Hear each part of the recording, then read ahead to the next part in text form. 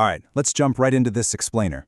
Today, I'm going to act as your virtual executive coach to help close that massive gap between how you think you sound and how you actually come across to everyone else.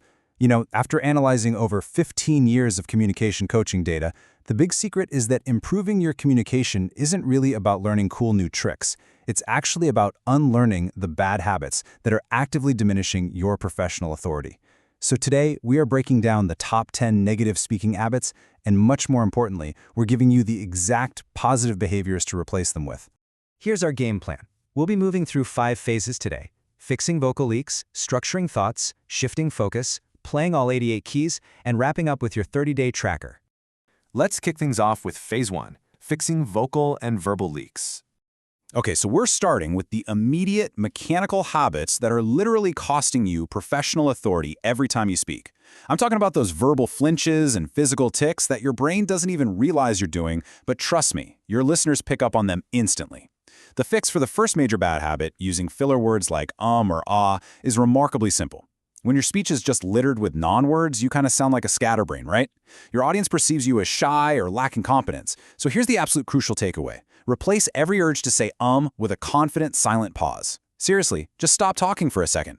It immediately injects clarity and authority right back into your presentation. Now let's move to our next mechanical leak. Have you ever caught yourself trailing off at the end of your sentences? You know the drill. You start out really strong, but then you just drop your breath, and by that final word, you sound like a croaky villain trying to take over the world. This is what we call vocal fry.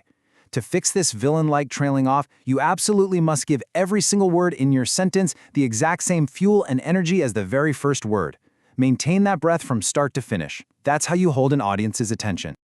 Here's another habit I see constantly, especially with junior team members navigating their first corporate roles: using softeners. If you start your big pitch with, "Well, I might be wrong, but," you are essentially handing someone a beautifully wrapped gift and whispering to them that it's garbage before they even open it. You're literally giving them permission to dismiss you. So replace those apologies with clean, direct statements. Just say, "My suggestion is," and let your ideas stand firmly on their own 2 feet. The final habit in our first phase is rushing when you get nervous. Listen, rushing through a speech is like playing a beautiful Chopin piano piece at 3 times the normal speed. It just sounds like a car crash. Everything you wanted the listener to feel completely gets lost. Now, I know consciously slowing down your rate of speech feels totally counterintuitive when your heart is pounding, but you have to do it. It gives your brain time to breathe, and it signals to your nervous system and your audience that you are completely safe and fully in control. Moving right along to Phase 2, structuring thoughts and conversations. Now that we've plugged those mechanical vocal leaks, let's focus on how you structure your thoughts before they ever leave your mouth. Because having a clear voice means nothing if your thoughts are just a jumbled mess. Be honest, do you have a habit of thinking out loud when someone puts you on the spot? When you do that, you're essentially handing the listener a pile of loose parts and asking them to assemble your broken package in real time. We want to stop that messy thinking out loud by using a solid communication framework, like PARA. That stands for point, action, result, ask. Frame your thoughts before you speak so your ideas leave your mouth in the exact order your listener actually needs to hear them. Another massive structural flaw is overloading people with unnecessary backstory when they just ask a simple question. We usually do this because we're afraid they don't have enough context, but it just ends up overwhelming them. To cure this information dump, use this specific technique. Repeat their specific question back to them. This buys yourself some processing time. Then, deliver a direct answer, and only after that ask them if they need more context. It shows you heard them perfectly and keeps you completely present in the moment. All right, let's talk about how we listen. Do you constantly interrupt or finish other people's sentences? You might genuinely think you're being helpful, but you're really just showing that you're uncomfortable with silence and trying to rush them to the finish line. So, to cure this, force yourself to hold space for 2 full seconds after they finish speaking. Just quietly count it out in your head. And if you want them to go deeper, ask these 5 simple words. Tell me more about that. Which brings us to Phase 3, shifting focus to the audience. Okay, we are now entering the deep psychological blocks where we really have to challenge your ego and self-consciousness. Nervousness is almost entirely a psychological loop of being stuck in your own head, right? What if I look bad? What if I mess up?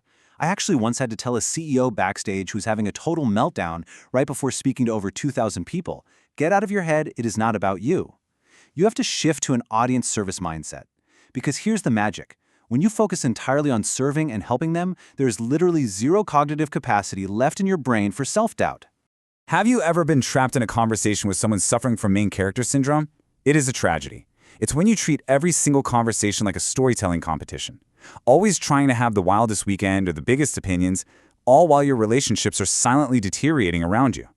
To break this cycle, we have to look at this absolutely brilliant quote from Dale Carnegie. The most interesting people in any room are the people most interested in everyone else. So how do we practically cure main character syndrome? I want you to stick to a strict 1-to-3 ratio.